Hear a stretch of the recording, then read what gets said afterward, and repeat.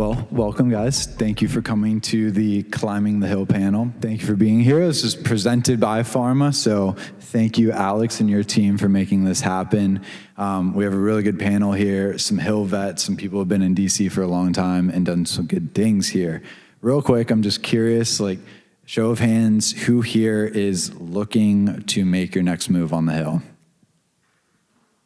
All right, good stuff. Yeah, seriously. It's if you're sitting next to your direct superior, you can just raise your hand in your head. We know. The reason why I wanted to have this group of people on the panel is because we have quite a few different routes to leadership positions on the Hill. So we have the comms route, we have the campaign route, and then we have the policy person route, where you've just been on the Hill forever and done policy, and it's you're what, 26? You started when you were 18, right? Okay, cool. But at least on the campaign side, Alex, how can staffers, if they don't want to do the traditional, okay, I'm just going to go from staff assistant to LC and so on, what ways can staffers kind of jump up to the next level by going and joining a campaign? How does that work? Yeah, so I guess the part of my story I left out was, so I was politically active in college and worked on campaigns, and actually had worked for Bradley Byrne when he ran for governor, and took a semester off school to work on his campaign. Unfortunately, he lost that campaign, and then I went back, finished my degree, and moved to Washington. And so I was in Washington doing politics, doing political work, doing the politics, and was really comfortable. Probably like many of you in this room, right? Was dating someone, lived in a great place, and had a good job. And in May of 2013, Joe Bonner, who had represented the 1st District of Alabama for 15 years, announced he was resigning from Congress to go work at the University of Alabama. And Bradley called me that night and said, "Alex, I think I'm going to run for this seat, and I'd like you to come down and run my campaign." And I said, "Thank you, but no thank you." I said, "Look, I've got this great life, and everything is really nice, and I've got this, wonderful quality of life, but I will help you launch your campaign, and we'll build a great team." So I flew down on a one-way ticket to Mobile, Alabama. I checked into a Hampton Inn, and I didn't check out for 6 months. And obviously lost my apartment, lost my job, lost my girlfriend. And so definitely work on campaigns. That's what you're hearing. And so, my advice is raise your hand, right? My advice is say yes. My advice is sleep on the couch, live in the hotel. Easier said than done. But I was very fortunate, right? It worked. He won a 9-way primary and then a runoff 52-48. And the next night, we were sitting on his back porch talking about next steps. And we talked about the role of a chief of staff. And I remember having this conversation with him. I said, I think there are 5 things you need in your chief. Number 1, you need someone that knows Washington, right? Knows the difference between Capitol Hill Club and Capitol Grill. Number 2, you need someone that knows your family, right? Knows the congressional spouse, knows the children, kind of knows and understands that component, because it's a huge, huge weight on the families to have a member that serves. Number 3, you need someone that knows the district, knows the mayors, knows the influencers, has been to every corner of that district. Number 4, you need someone that knows politics. My boss won a special, which means he had to run for re-election 7 months later. And number 5, you need someone that knows policy. And I said, I'm a home run on 4 of the 5, and I'm going to hire a really good LD. And I know we're going to talk about that in a minute, but that I think knowing your weaknesses, knowing your strengths, I think will serve you well. When I was a younger staffer, I would ask campaign staffers, is it really like going to a motel and just working all day long? And yes, the answer is yes.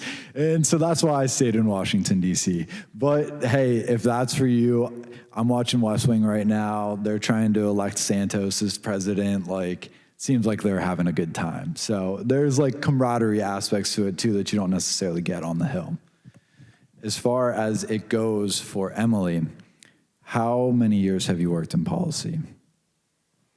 Are we counting the florist policy? Yeah, I think so. Okay, almost 13. All right, so you've done it all. You've worked your way up from staff assistant. You've done every policy staffer thing you can do on the Hill, and you've done it very well to the point where you're now deputy floor director, right? And when I worked with you, when you're an LD, you just knew everything about policy, everything about floor procedure, and it was awesome to see. So like, how can a young staffer who wants to go the policy route set themselves up to be like yourself one day? Sure. So I sit down a lot of times with people who have just been promoted to LC, LA, and the first thing they tell me is, I'm reading lots of CRS reports. And CRS reports are great. I'm certainly not going to knock CRS. We rely on them for a lot. But in particular, in a personal office, I think you can spend all day getting into the nitty-gritty of a certain issue set. But at the end of the day, like, we are not the Senate. In the morning, you're in a hearing talking about intellectual property. In the afternoon, you're talking about a road someone wants to build in your district. And at night, you're probably at a healthcare dinner with your boss, right? We have to be able to move very quickly between issue sets. And it's just not the reality that we can sit there all day and spend, hours and hours reading back on what happened in 1972 in this niche space, right? So what I would almost say is more important is understanding your boss, what their priorities are, your stakeholders and the district specifically. So if you're an ag district, knowing that you got to be on top of what's percolating in ag. And then I always say, like, I am definitely not the smartest person in the room, but I know the smartest person in the room. So having a network where you can call, someone who works on the appropriations committee, someone in leadership, someone, frankly, my downtown contacts, like, they do live in a space where they have to spend all day talking about pharmaceuticals, right? So they're also great resources. The other thing I will say is I talk to a lot of people who come to Capitol Hill, and in particular, I've noticed they always want to work on foreign affairs. But I will say generally, I talk to a lot of people who come in there like, I want to work on the specific policy area. And that's great, and you very well may end up being in that space and loving that space, but be very open to other issue sets. In particular, if it's an issue set that's really important to your boss, you never know, like, I always thought I wanted to do defense policy. I spent maybe 3 months doing HASC work, and I hated it. I moved over to doing transportation policy, which, like, who gets excited about roads and bridges? Turns out I do. And that became, like, my passion. It's not something I ever would have thought about pursuing when I was a staff assistant, when I was an intern, but just, like, never say no to any opportunity because you have no idea what's going to click. Yeah, that makes a lot of sense. I think it's good to have a wide net. Would you recommend having like a really strong interest in something that you dive into at the same time? If you want to be a committee staffer, sure. Gotcha. If you want to be like, I always say, like, when I was in a personal office, in particular, like as an LD, I mean, I think I handled 5 or 6 issues at a time, right? And then you're also overseeing all of your LD or your LAs.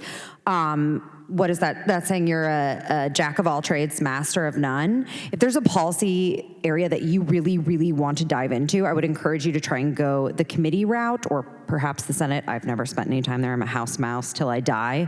But in a personal office, like, you really have to be a jack of all trades. And I mean, you guys are seeing, like, the pace at which we're considering bills from the Homeland Security Committee one day and then from Judiciary the next. I just don't think we have that luxury.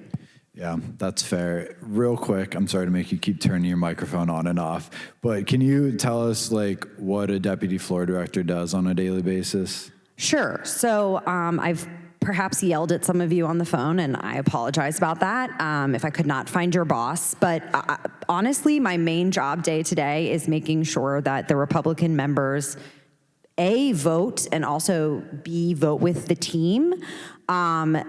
The amount of times I go up to a member and say, hey, sir, just wanted to confirm, did you want to vote for the Democratic motion to recommit? And they're like, oh, I thought we were voting on something completely different, right? They're all down there. They're having conversations. Sometimes they've come from a fundraising dinner, so they may have had a couple of glasses of wine.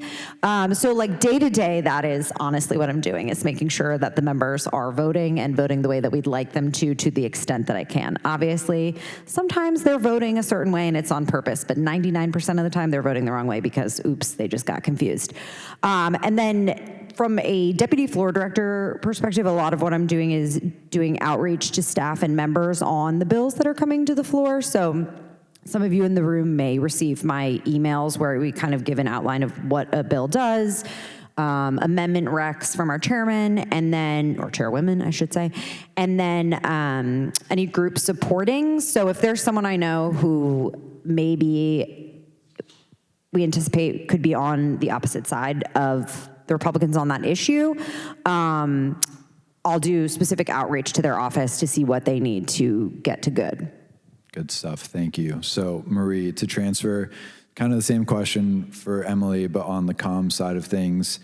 Like, first off, when I talk to people downtown who are lobbyists, who work on policy, the policy people don't tune out when the comms person is talking, because a lot of those skills do apply, and like lobbyists will say, my main job is to communicate. So it is important to learn how to communicate, and you can be a comm staffer, move on to those roles. It's super important. So like on the comm side of things, how does a young staffer set themselves up to be a master communicator? That's a great question.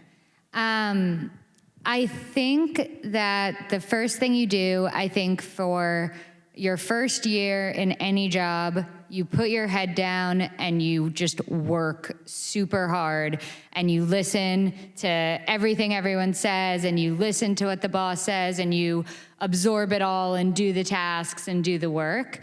And I think if you are able to do that really well, I think then, you know, once you've built that trust, people are very open to promoting you, to moving you up, but also to listening to your ideas, to trusting your instincts on different things. I think one thing where ledge and political are probably better is forging real relationships with other offices. Every boss just has their own voice, and so it's not always natural or doesn't always feel that helpful in the moment to forge really strong relationships with other offices. But I do think for your own career, for a fuller understanding of what different comms roles can look like, it is really important to always be reaching out to your counterparts in other offices and trying to build that network for yourself. Like, every office is doing comms totally differently. Some are all in on digital, some don't do any digital, some are all in on franked mail, some don't do any franked mail. So I think you want to talk to a bunch of other staffers to get a sense of what their day-to-day looks like, and then really go from there. In Rose's office, we did a huge amount of TV, and we brought reporters on trips and tried to get a lot of profiles. And so a huge thing that I did right off the bat was just try and meet with all the big reporters, try and really meet with all the TV bookers. I do think one skill that you absolutely need to have as a comm staffer is the ability to work really fast, to process requests really fast, and get back to people really fast. Like, if you want to be close with reporters, with bookers, with influencers now, like, the number one key is like they have to be able to get you immediately. So I think that translates no matter what role you're doing. But I think all the comms roles look really differently. I also will say the one thing that I hope starts to change on the Hill a little bit is traditional press has always been valued a lot more highly than digital. It's like you'd be digital director and then you'd get promoted to press secretary. That is like totally out the window. Like, I think we need to stop with this idea that digital is not as prestigious as traditional press. So I think if you are interested in digital, that's probably like the hottest thing that, you know, offices are really looking for right now. And I think that can easily translate into a long-term career that also can lead you to chief. Absolutely. I just want to second all of that. As someone who was a film major and got into politics, I was able to move up quickly and get out of an internship and move into a full-time position because I could edit video, I could take nice looking pictures, I could handle social media well and do the visual arts. that's not a skill that necessarily everybody has, but it can be learned pretty easily. Like if you watch YouTube videos on how to use the Adobe Suite or Canva, like you can add so much value in your office by understanding how to do that type of stuff. Alex, on some of that digital side of things, because you've worked at Targeted Victory and now do public affairs, but also you're the guy on the panel that's in the private sector or has worked in the private sector. So how do staffers set themselves up to make that jump from the hill after they've solidified their career here to that next step of the private sector?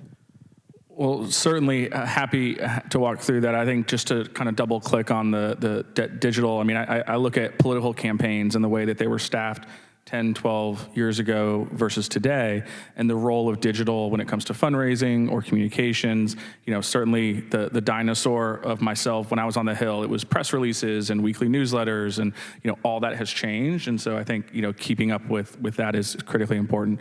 So, you know, I have sort of had a circuitous route in my career, not always a very linear journey. But when in 2016, after my boss had gotten reelected the second time, you know, him and I had a conversation around his future, and he was fairly content. He was on the Armed Services Committee. He was actually on four committees: Ed and Workforce, Resources, and Rules. He was the only member on 4 committees. It was interesting.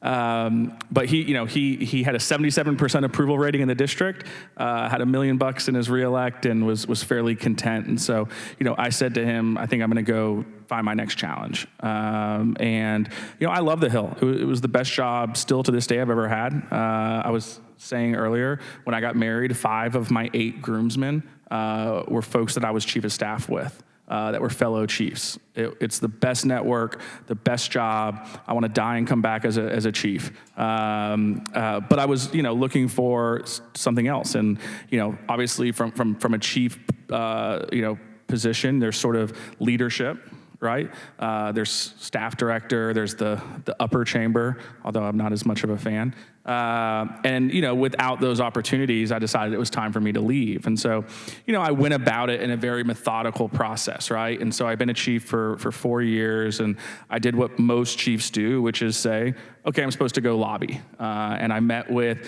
you know, there's a lot of different paths and flavors of that, right? You can go corporate, so you can go in-house with a company. You can go trade association.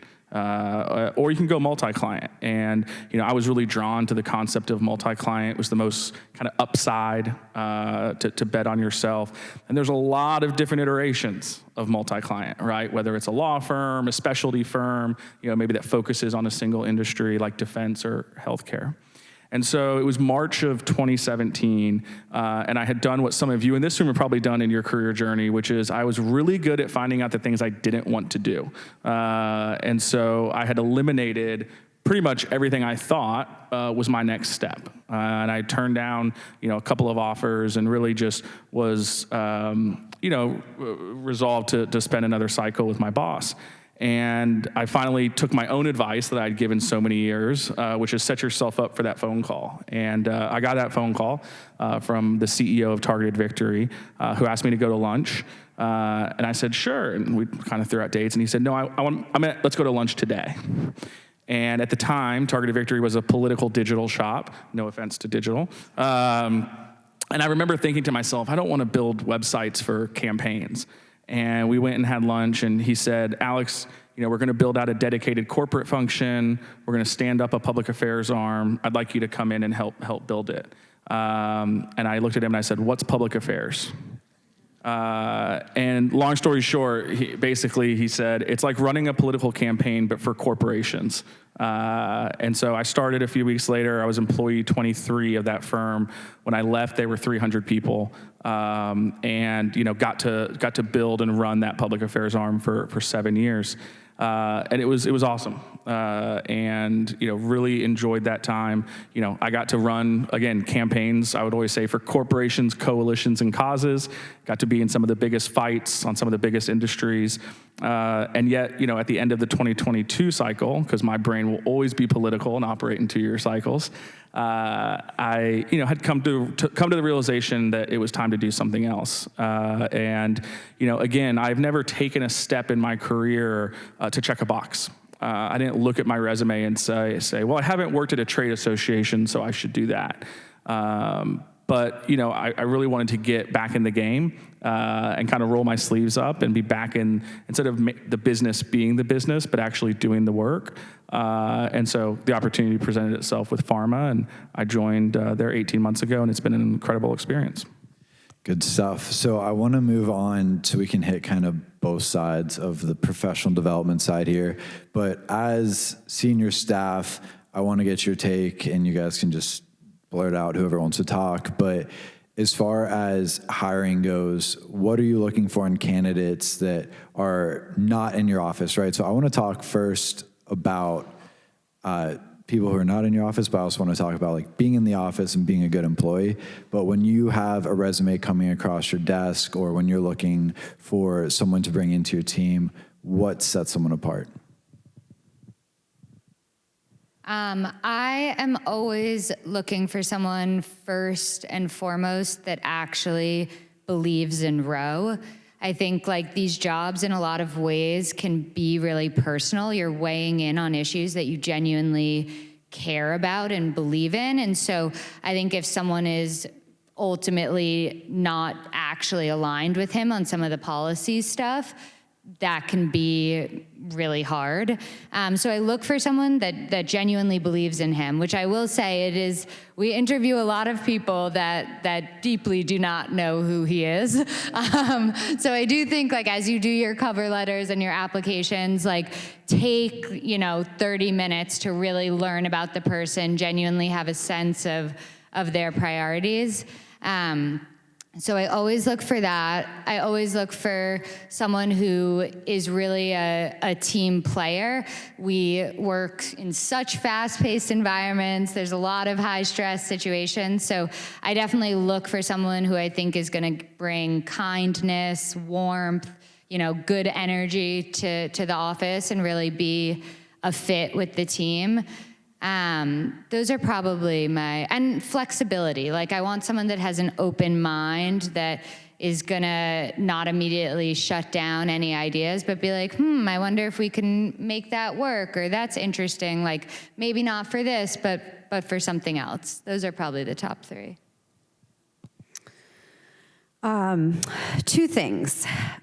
The best thing you can do is get someone else to send your resume in. I'm sure you hear this over and over again. You should always apply to the posting. I'm not saying do not apply to the posting. And I was one of the rare people who got her first job cold applying to a posting. But if I get a resume from a friend, a colleague, the connection can be tenuous, honestly. But if I get it from someone else, like someone else is vouching for you, that speaks volumes to me.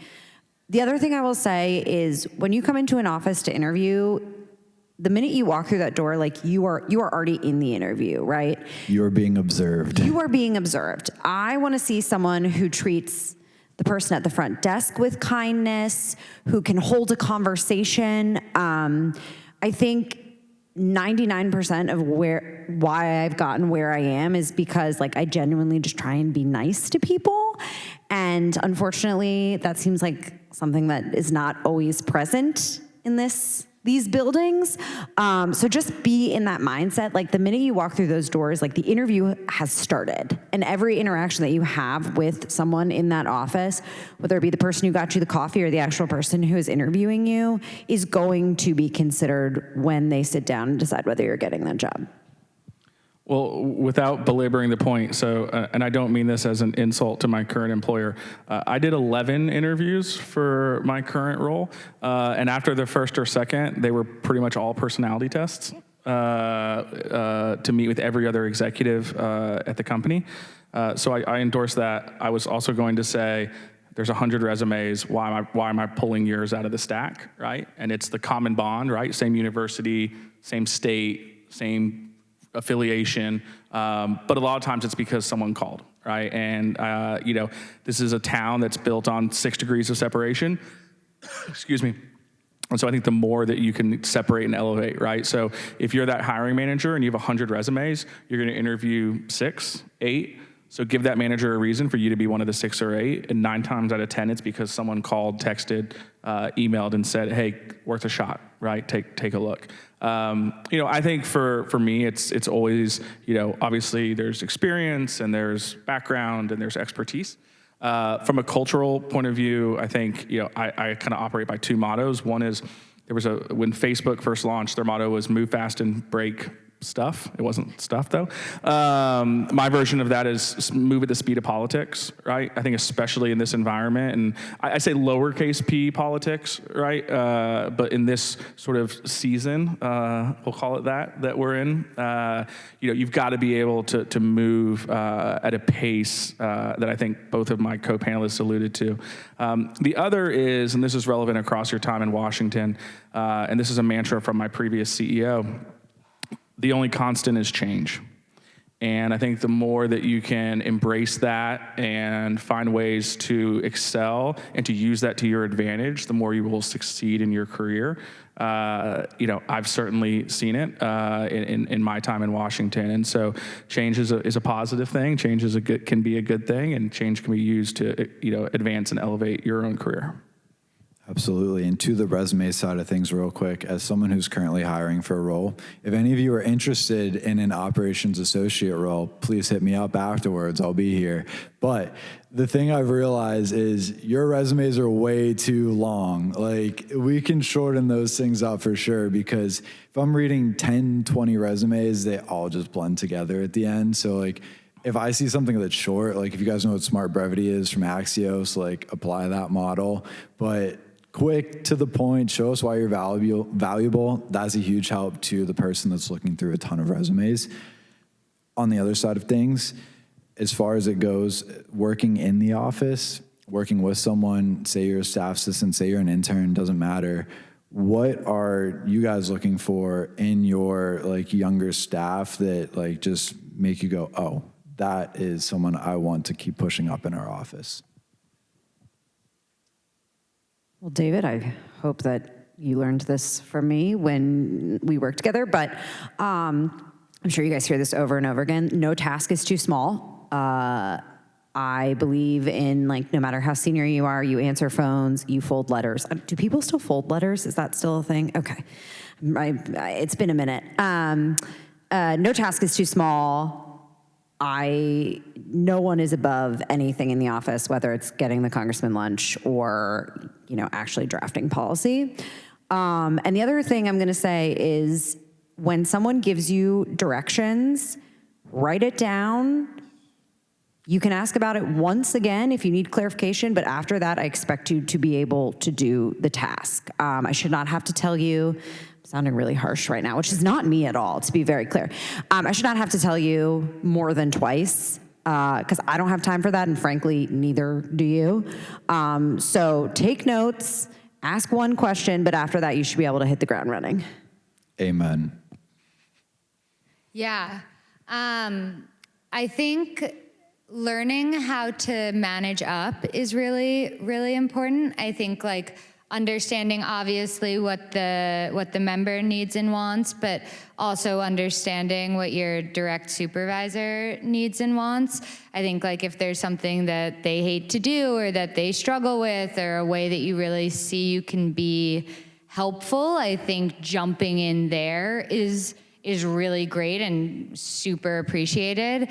I also think, that, and not to be repetitive, but I think everyone can say an amazing thing in a meeting. Everyone can have 10 brilliant ideas, and then everyone leaves the meeting and no one does any of the things that were discussed in the meeting. And so I think particularly as you're starting out, really taking the initiative to do that stuff, especially stuff that, other people in the office who are doing 1,000 things, it just kind of falls off their plate and they forget all of that stuff. It's so valuable. We had someone in our office, I've needed to order some desk or something, and someone in our office recently was just oh yeah, I ordered that desk, it'll arrive then. And I was that's incredible. That made my day. So I think thinking really about what's going on and where you have the bandwidth to help people on little stuff goes a huge way. Alex, you got anything there? No, I think a lot of it's been said, and I think as we talked about, the idea of raising your hand, right, and being willing to jump in. I think I've seen this spending the last decade in the private sector, but I think it's applicable to the Hill as well, especially, and I think Emily's a great example of this. Like as you move up, it doesn't mean that you're too good to do the job that you previously did, right? And everyone has to take out the trash, is how I had a colleague say it to me one time. And I think that if anything, that actually shows leadership. But certainly if I'll use titles from if the director gets promoted to senior director and they rebuff doing what they perceive to be the role of their previous title, that's not leadership, and that's a ceiling on your growth and development. So to use Hill terms, every chief is no chief is too good to not fold letters, right? And I think rolling your sleeves up there and showing that capacity is critical. Absolutely. And just a few thoughts for myself here. I annoyed the crap out of my superiors because I just always asked them like, hey, like, what can I do? How can I help? Like, do you need anything from me? Because when you're like an intern or a staff assistant or something, like I was bored out of my mind. Like I wanted something to do, but I also like wanted to help out. So I think that goes a long way. And then the other thing for me is being a leader can involve two different roles in an office. You can be a leader because you're the chief of staff or the legislative director, or you can be a leader because you set the tone. You have good vibes, right? Like you can walk into the office every day, be kind, have a smile on your face, have good energy. Emily, like our office was really good at that. Like we had a fun time. Like we walked in, joked around. Like you have the ability to be that no matter what you are in the office. Like lead with joy, lead with kindness. It goes such a long way. On that note, if you guys have any of your own questions, you can ask the panelists after, but do you guys have anything to wrap up with?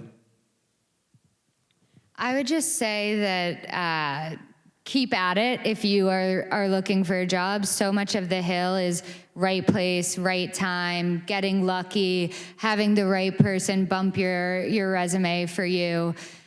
So I think don't be discouraged. I think it's probably has nothing to do with what you are doing. I think you just need that lucky break, and it really is a numbers game. Apply to everything, get everyone to flag your resume, really put yourself out there. So I'll close with two kind of different sides of the coin. For the folks that raise their hand and are looking either for their first or maybe in a role and looking to make a jump. I think that again, I talked about my process when I left the Hill. I think it's even applicable earlier on in your career. And we talked about having folks vouch for you, but I've known people who have made Excel spreadsheets to track the folks that they've had informational interviews with and the last time they reached out to them. And why that follow-up is so important, because 8 of the 10 people that I would meet with as a chief, and I did informationals with anybody that emailed me. I did hundreds of informationals because I was a young chief and I wanted to give back. And I tell every single one this advice, and 80% still didn't listen, which is interesting. Maybe I wasn't a very good advice giver. But what happens is twofold. One, when you follow up with someone and you say, hey, I'm applying to a job in this office, they're going to say, oh, I actually know the LD. Let me shoot them a note. The other thing that's going to happen is that person that you followed up with is going to say, I ran into my buddy yesterday who said they're looking for a staff assistant, and you just became top of mind. So follow up, keep track, don't recreate the wheel, find common areas of interest, right? I mentioned those common areas of interest earlier. If you were from the state of Alabama, if you went to Auburn, if you were in the same Greek organization as me, I responded to your email and try to meet with you as soon as possible. So, you come to Washington, it's daunting to create the network, but I think a lot of that network is pre-existing and it already is there for you to take advantage of. For the folks who are in a role now and are happy and are just trying to figure out how they build a long-term success, be unexpected. When I got the job as chief of staff, I was 25 years old, and I think there was a perception that I was gonna be sort of a hot shot or a know-it-all. And I started every meeting, didn't matter, constituent, lobbyist, another Hill office, and I said, I don't know what I don't know. And it was incredibly disarming because that was unexpected. People had a perception of me or how I was gonna be, and I think having a little bit of humility in this town is critical, and I ended every meeting by sending a handwritten thank you note. I'm 100, I get it, but be unexpected. Set yourself apart. And I still hear from people who are now my peers downtown who say, I remember when you were a chief and you sent me a handwritten thank you note for that coffee at Capitol Hill Club. And that was 15 years ago. Thank you for having me. So I'll piggyback off of that a little bit. I think a lot of times people, when you're asking for informational interviews, you go straight to the top, right? You ask the chief, you ask the LD, you ask the staff director. And while those people would love to sit down with you, they probably have a lot more going on. And I actually once had a chief who once a month on a Friday, she would break her afternoon into 15-minute increments and do informationals with all the people that had asked. And that was great. But by the end of the day, if I asked her, like, who did you meet with? What do they like? What do they do? She had no idea, right? She was just sort of like checking the box because so-and-so asked her to sit down with that person. So look to your peers who may like know of job openings, and look to people who like don't traditionally get asked to talk about what they do for work, whether that's like schedulers, LAs, staff assistants, LCs. Like, they may be leaving. They'll know about other jobs that are available in their offices. You would be surprised like how much it means to people when they get to talk about what they do, right? That's going to stick in their mind. I would also say when you're doing follow-up with people, a lot of times I'll get emails from someone who will say, hey, I just wanted to let you know that like I'm still looking for a job. And it's not that I don't want to be helpful, but what's more likely to stick in my mind when they email is if they say, hey, I saw that you guys just passed this bill. That is huge. I know you worked so hard on that. That's like, congratulations. That's incredible. That's a way to sort of like leave a positive impression in someone's mind rather than be asking them for something all the time, right? So if they're someone you made a great connection with, a great way to follow up with them is to look for something that they have accomplished, or sometimes like, you know, maybe there's some sort of natural disaster in their district. Hey, I'm thinking about you. I'm sure you guys are working overtime. It's a really great way to like make a longer lasting impression than just like, hey, checking in to hear if you have any job openings in your office. And then the last thing I'll say, and I'm glad none of my whip office colleagues are here because they'd probably kill me for this. Leadership can be a great tool. When I was more of a junior staffer, I was terrified to even like to email someone from the whip's office to say that my boss was out of town, because I had this perception that like, oh, leadership staff, they're not like me. We always know the first thing members do when they have an opening is come to us and say, I'm looking for a chief, looking for an LD. I cannot tell you how many job openings I find out weekly just because someone is saying, I'm desperate to find an ag LA. So try and just like email someone in a leadership office, getting your resume in there. Like, a lot of doors are going to open up for you because that is one of the major things that our members rely on us for. Yeah, I mean, that's how I got my first job on the Hill too, the whip's office. So like, that's a great place to look, shoot high on that sense, but that's a great way to wrap it up. Emily, Alex, Marie, thank you for being on the panel. Guys, please stick around. We're doing this until 7, so grab a drink, meet somebody new. Don't just run out the door. But thank you, guys.